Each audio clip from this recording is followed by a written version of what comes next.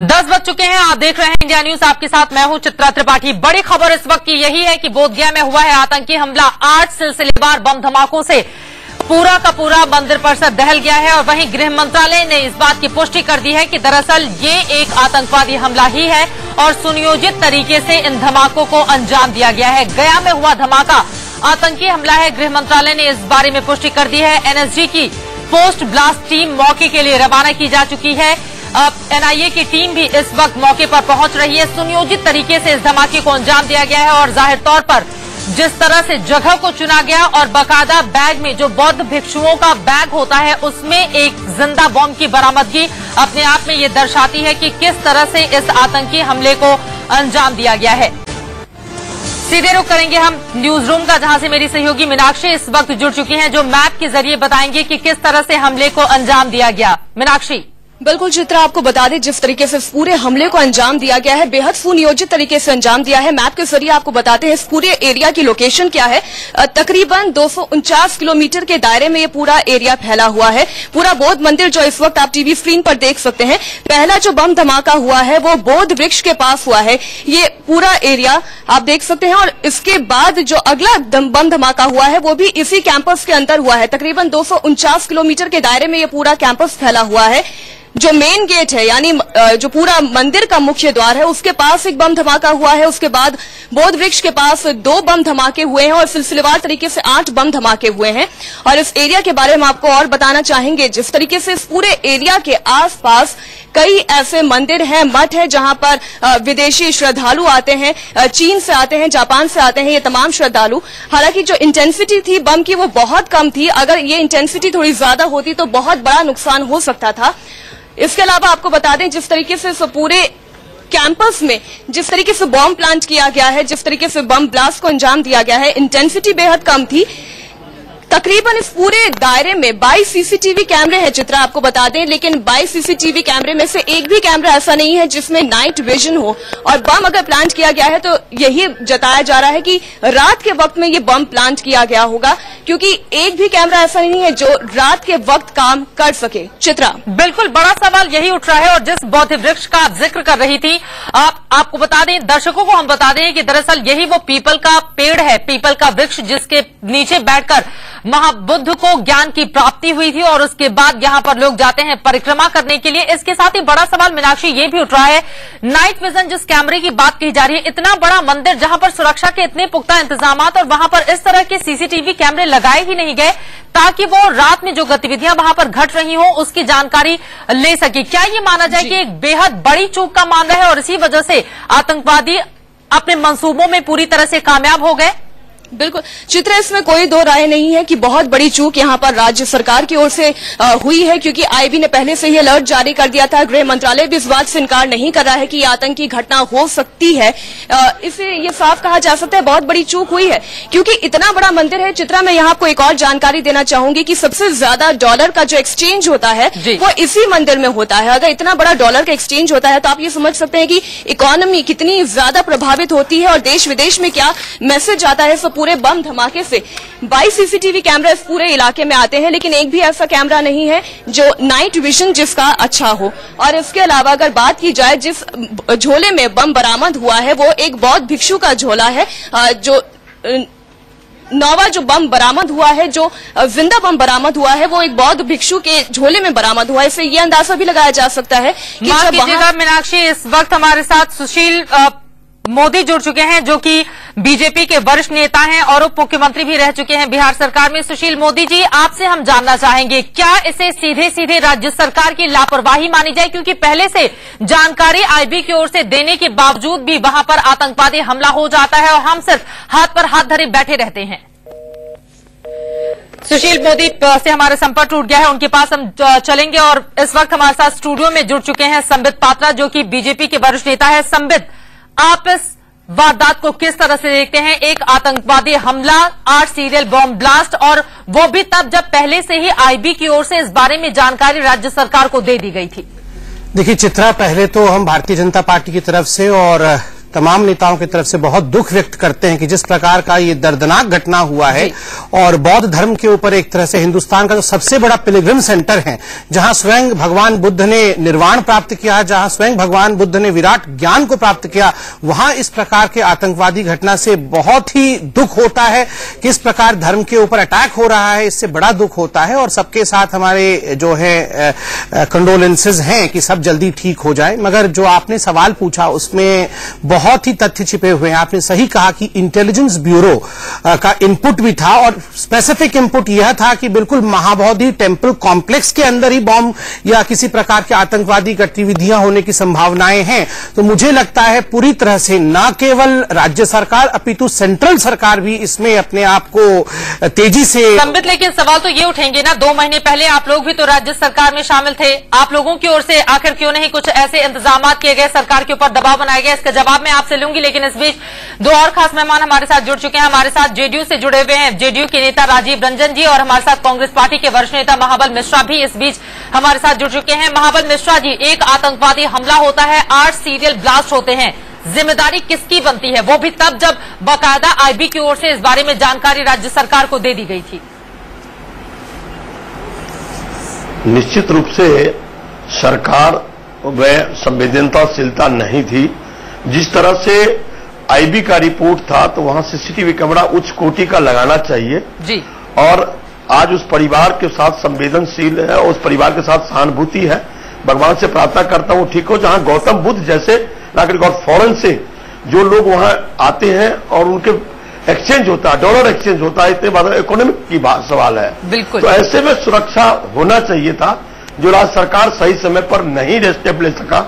इसके पीछे क्या कारण है नहीं मुझे, लेकिन जो आज घटना घटी है बड़ी शर्मनाक घटना घटी है और आज पूरे बौद्ध धर्म पर नहीं, पूरे हिंदू समाज पर और पूरे जो भारतवासी पर इस तरह का अटैक जो आतंकवादी किया है वो शर्मनाक है, घृणा है और ये घृणा फैलाने वाली चीज है, सांप्रदायिक फैलाने वाली चीज है। ऐसा भविष्य में न हो, इसको सरकार पुख्ता इंतजाम करे। सवाल बड़ा यही उठता है कि जिस गया में सरकार की गौतम बुद्ध को ज्ञान की प्राप्ति हुई थी, वहां की सरकारों को आखिर ज्ञान क्यों नहीं मिल पाता है? और राजीव रंजन जी, बड़ा सवाल यही उठता है, नाइट विजन के सीसीटीवी कैमरे वहां पर नहीं थे, आईबी ने सूचना राज्य सरकार को दे दी गई थी, उसके बावजूद भी ये हालात कि वहां पर सुरक्षा के पुख्ता प्रबंध न किए जाएं और उसका नतीजा ये हुआ कि 8 सीरियल ब्लास्ट लगातार और 6 लोग अभी भी जिंदगी के लिए संघर्ष कर रहे हैं अस्पताल में। देखिए, अभी प्रीमैच्योर है कुछ भी इस पर ऑफिशियली कमेंट करना है, इसलिए ये पुलिस हेडक्वार्टर्स को इस पर ऑफिशियली कहना चाहिए। ये कहीं न कहीं इंटेलिजेंस एजेंसीज के बीच के कोऑर्डिनेशन की कमी दिखती है, इसमें कहीं इनकार नहीं किया जा सकता है। लेकिन इस घटना की संवेदनशीलता और गंभीरता को राज्य के मुख्यमंत्री जी ने महसूस किया और तत्काल घटनास्थल पर वो और बिहार के डीजीपी रवाना हो चुके हैं। एनआईए की टीम भी कलकत्ता से जा चुकी है। तो अभी स्टेट के जो पुलिस मैसेंजरी का रोल है, जो स्टेट की इंटेलिजेंस एजेंसीज का रोल है, एनआईए के बीच के कोऑर्डिनेशन के बाद हम उन पर ऑफिशियली कह पाने की स्थिति में होंगे कि इस तरह के लैप्सेस के लिए जवाबदेह कौन है और उनके खिलाफ सरकार क्या कार्रवाई कर सकती है। लेकिन अभी सबसे बड़ा सवाल ये है कि ये दुनिया का एक बड़ा टूरिस्ट डेस्टिनेशन इमर्ज किया है। हिंदुओं के लिए ये एक तरह से मोक्ष भूमि है, पूरी दुनिया के हिंदुओं के लिए मोक्ष भूमि है और साथ ही साथ भगवान बुद्ध के लिए तो निश्चित तौर पर जो पूरी दुनिया में बौद्ध भिक्षुओं के मन में और बौद्ध धर्मावलंबियों के मन में जो आस्था और सम्मान है, ये कहीं न कहीं हम लोगों के लिए एक विषय चिंता का है। लेकिन पूरी गंभीरता के साथ इस पूरे मसले की जांच में हम केंद्र सरकार और राज्य सरकार मिलकर के इस पर यही तो सवाल खड़ा उठता है। सरकारें हमेशा वारदात के हो जाने के बाद ही गंभीर क्यों होती हैं राजीव रंजन जी? और सांप के काटने के बाद अगर लाठी पीटा जाए तो सिर्फ उससे आवाज होती है। सुशील मोदी इस वक्त हमारे साथ बीजेपी के वरिष्ठ नेता जुड़ चुके हैं। अब सुशील जी, आतंकवादी हमला हुआ है बोधगया में, जिम्मेदार किसे मानते हैं आप और इस आतंकी हमले पर आपकी टिप्पणी? देखिए, मैं तो बोधगया से रवाना हो चुका हूँ, जहानाबाद पार कर रहा हूँ जी। अगले 1 घंटे में वहाँ घटनास्थल पर पहुंचूंगा और सारी चीजों की जानकारी लेने के बाद ही कोई विस्तृत टिप्पणी करूंगा जी। परंतु दुर्भाग्यपूर्ण है कि पहली बार बिहार के आतंकी हमला हुआ है और जैसा मुझे जानकारी मिली कि गृह मंत्रालय ने भी इसको कंफर्म किया है जी। कि आतंकी हमला है। पिछले 2-2.5 वर्षों से बिहार में आतंकियों से जुड़े लोग गिरफ्तार किए गए, लेकिन राज्य सरकार बड़े कैजुअल अप्रोच के साथ उसको डील करती रही जी। और आईपी कार्यालय इंटेलिजेंस के सारे इनपुट के बावजूद जी अगर एक महाबोधि मंदिर कम नहीं बचा पाए, यानी बचा पाए अर्थ की उसको हम नहीं बचा पाए।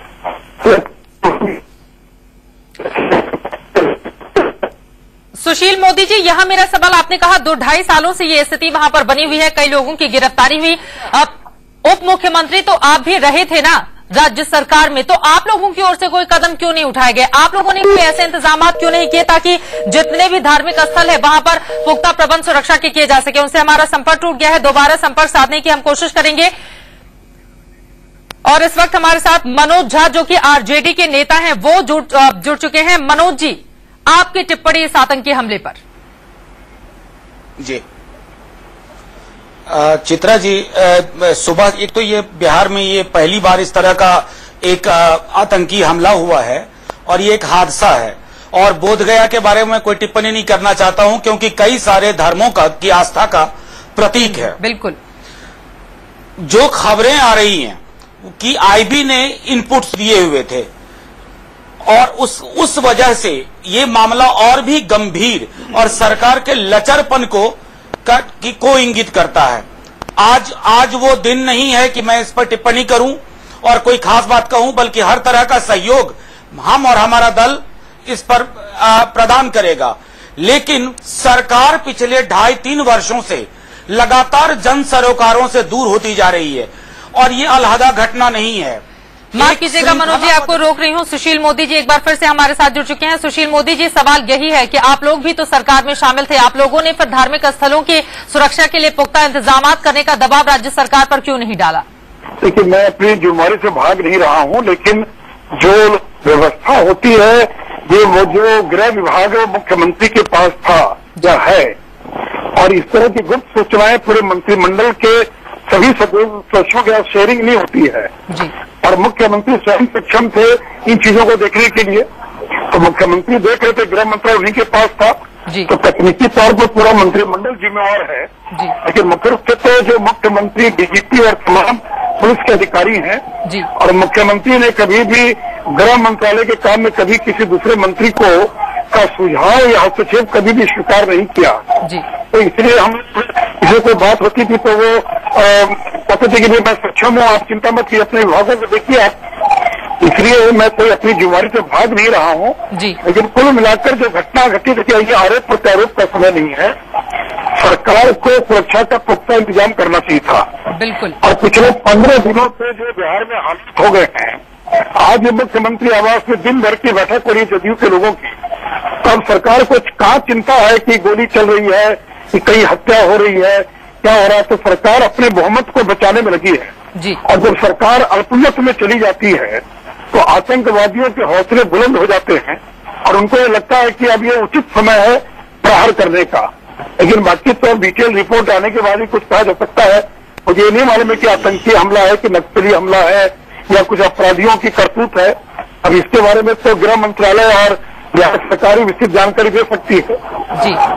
तो क्या आप ये मानते हैं कि सीधे सीधे नीतीश कुमार की ये जिम्मेदारी बनती है अगर इस तरह का आतंकी हमला हुआ है तो? अभी मैं इससे ज्यादा कुछ नहीं बोलूंगा, मुझे क्षमा करेंगे और मैं वहां जाने के बाद इसके बाद कोई टिप्पणी करूंगा।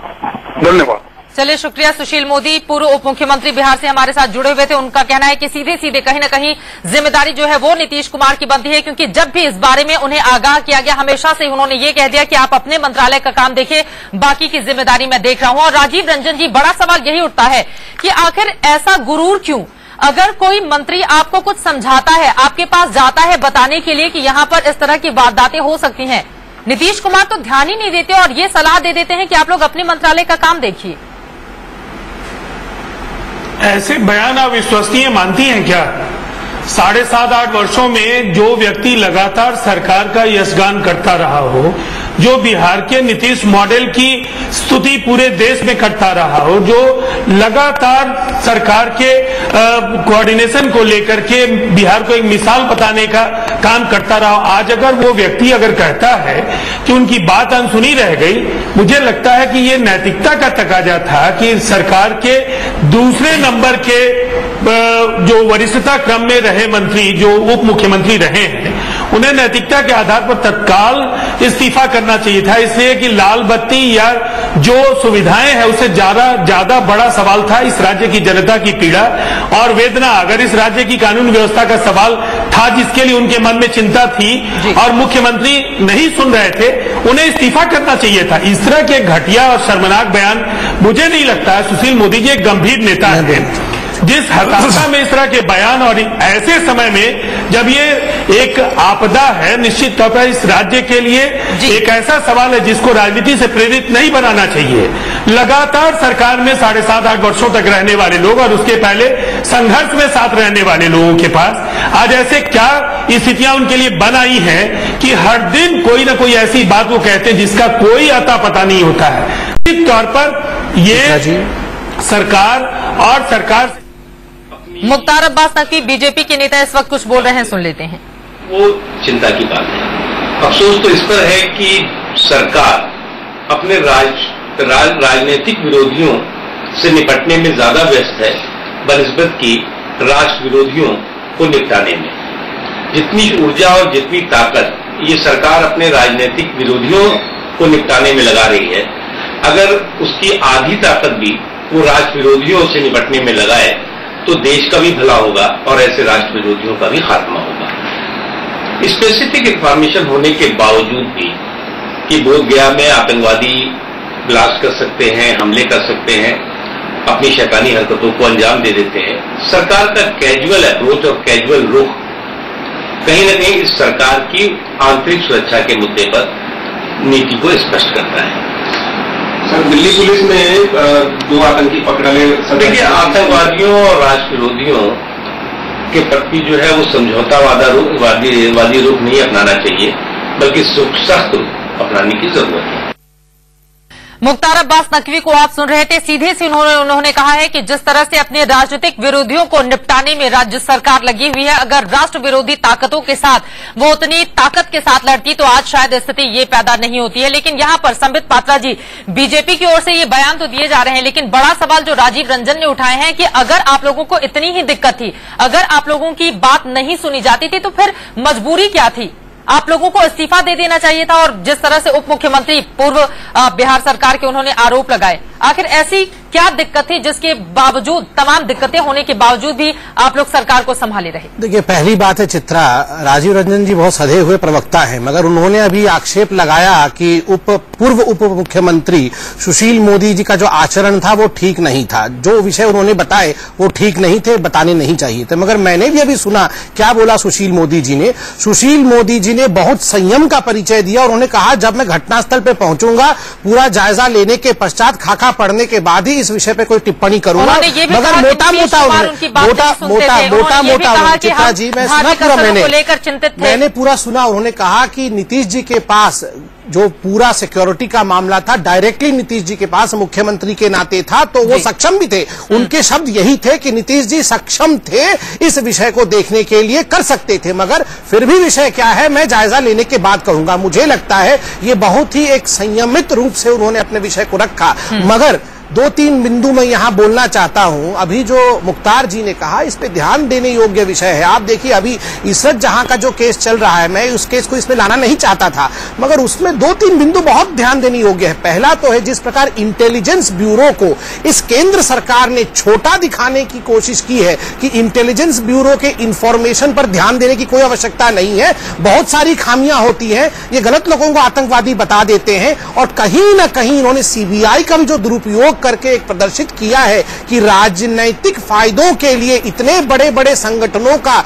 दुरुपयोग और उन्हें बौना बनाने की जो कवायद है, मुझे लगता है इससे एक बहुत खराब अनुभव ना केवल आईबी में जाएगा, मगर आईबी के वार्निंग को भी कोई सीरियसली नहीं लेगा, उस पर एक्ट भी नहीं करेगा। और तीसरा एक बहुत महत्वपूर्ण डिबेट में एक नया आयाम जोड़ेगा, और महाबल जी को भी हम बीच में लाएंगे इस विषय से लेके कि देखिए, आपको मैं बता दूं, लगभग 2 महीने पहले जो महाबोधि टेम्पल कॉम्प्लेक्स के उसकी सिक्योरिटी सेंटर को दी गई थी, जब से इंटेलिजेंस ब्यूरो अपना इस टिप्पणी अपने इनपुट्स दिए थे, उसके बाद सेंटर ने इसकी सिक्योरिटी को लिया था। इसलिए ना केवल राज्य सरकार, सेंट्रल सरकार भी टेररिज्म की इस एक्ट के लिए उतनी ही जिम्मेदार है। इसका जवाब ले लेते हैं महाबल मिश्रा जी। राज्य सरकार जितनी जिम्मेदार है सुरक्षा में लापरवाही के लिए, उतनी ही जिम्मेदारी केंद्र की भी बनती है।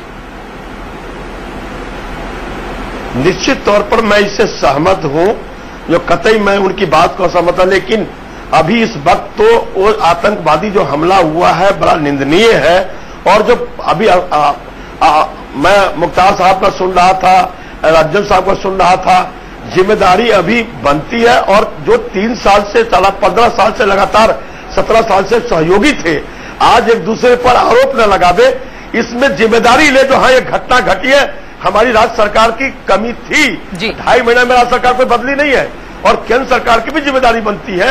इस समय भाग नहीं रहा हूं, केंद्र सरकार को भी आतंकवादी पर अंकुश लगाने के लिए सक्षम पुख्ता इंतजाम करना चाहिए और होम मिनिस्टर को इस विषय में सोचने की आवश्यकता है। बिल्कुल, गृह मंत्रालय को सोचने की आवश्यकता है और इसी वजह से गृह मंत्रालय में माथापच्ची का दौर भी चल गया है। मनोज झा जी, मैं आपके पास आऊंगी, लेकिन बड़ी खबर इस वक्त की हम ले लेते हैं। जो आतंकी हमला हुआ है बोधगया में, उसको लेकर इस वक्त अहम बैठक गृह मंत्रालय की चल रही है। आपको बता दें कि एनआईए की टीम पहले ही रवाना की जा चुकी है। राकेश कुमार सिंह हमारे संवाददाता और ज्यादा जानकारी देंगे। अब राकेश, गृह सचिव भी इस बैठक में मौजूद हैं, क्या रणनीति बनाई जा रही है, किन किन बातों को ध्यान में रखते हुए इस मीटिंग को बुलाया गया है? देखिए, गृह सचिव अनिल गोस्वामी की अगुवाई में उच्च स्तरीय बैठक जारी है, जिसमें ज्वाइंट सेक्रेटरी इंटरनल सिक्योरिटी के साथ साथ आईबी के अधिकारी इस मीटिंग में हिस्सा ले रहे हैं। और सबसे खास बात चित्रा कि जिस तरह से पुणे में जो धमाके हुए थे, उसके बाद इस बात का खुलासा हुआ था कि जो बोधगया का मंदिर है वो आतंकियों के टारगेट पर है। और अभी गृह मंत्रालय के एक ज्वाइंट सेक्रेटरी स्तर के अधिकारी ने इंडिया न्यूज से खास बातचीत में कहा है कि 6 महीना पहले ही इस तरह के इनपुट थे, बिहार सरकार के साथ इसमें शेयर किया गया था और वहां से अधिकारियों को यहाँ दिल्ली भी बुलाया गया था और उनसे साफ तौर पे कहा गया था कि बोधगया के मंदिर की सुरक्षा मजबूत किया जाए। लेकिन जिस तरह से घटना को अंजाम दिया गया है, आईबी के अधिकारी साफ तौर पर कहीं न कहीं इसे राज्य सरकार की पूरी तौर पर असफलता मान रहे हैं। उन्होंने साफ तौर पे कहा कि चाहे बात 26/11 का जो गुनाहगार और उसमें शामिल रहा हेडली हो, हेडली ने भी इस बात का खुलासा किया था और कहा था कि बोधगया मंदिर का रेकी किया गया है, पूरा वीडियो बनाया गया है। और 6 महीने पहले इसकी सूचना गृह मंत्रालय को फिर से एक जानकारी मिली थी कि आतंकी संगठन कुछ ये धमाके करने के फिराक में है और उसको लेकर जहां बोधगया प्रशासन को भी जानकारी दी गई थी। बिहार सरकार के आला अधिकारियों के साथ एक बैठक हुई थी जिसमें इस बात की जानकारी दी गई थी।